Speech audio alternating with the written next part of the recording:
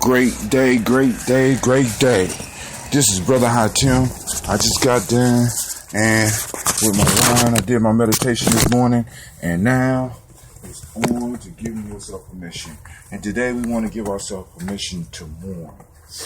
To mourn. This year I lost two elders. One who I hadn't spoke to in years, and another one who I've seen quite regularly. So I want to send shouts out to them. Nomo X, I had a dream about him last night, and Mama Malika. Also, I want to send out shouts to Nomo's wife, Miss Terry. So let's go on. I only got a couple minutes, so I want to make this quick. Have you ever noticed that the word mourn and mourning sound alike? Now, morning is that time of the day where we rise to greet the day. But it was always hard, so people called it morning because you had to let go of the dream world and come back into reality. Reality might have not been as comfortable or as peaceful as the dream world, but it was real, and you had to be totally conscious and ready and prepared to deal with it. It was hard to release the dream world. So we had the term mourn.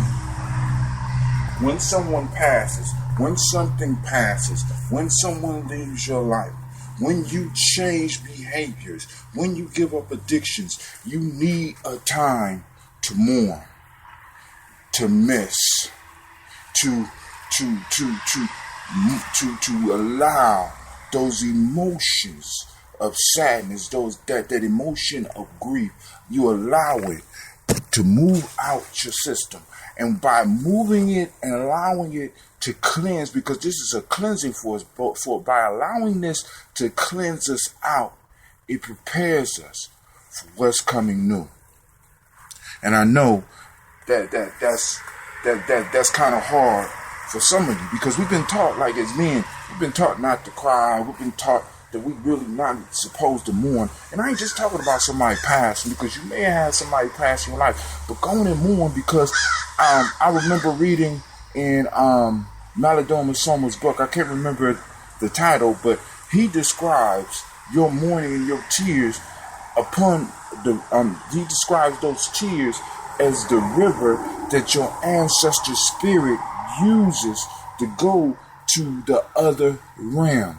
When we mourn, not only do we release ourselves, but we give that thing we're mourning the ability to move on. In a sense, we push it out, up, and away from us. We don't want to hold on to our ancestor spirit, because when we do that, we stop them from their next step in the evolution of life. What we want to do is we want to release them, so that we can open ourselves up for blessings. I'm saddened when I see people holding on to old things and not getting rid of them and not mourning them, so that they can make room for the new things that are waiting to come in. How many new things have you turned away because you were still holding on and with a stranglehold to something that no longer wanted you?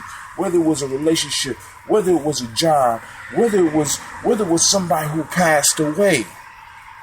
We have to learn to let go, and mourning is about letting go of the dream and embracing reality.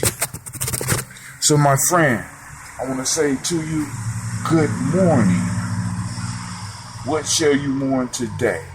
This has been Brother Hatim. My master teacher is ready to go walking. For those that don't know, that's power, and he's upset that I'm out here and I'm not walking him. And yes, I said my dog is my master teacher. And if you got pets, you understand what I'm saying. And that's going to be one of my next ones. It's going to be learning to learn from everything. And with that, this is Brother Hatim. And I'm saying, have a great, marvelous, and spectacular day.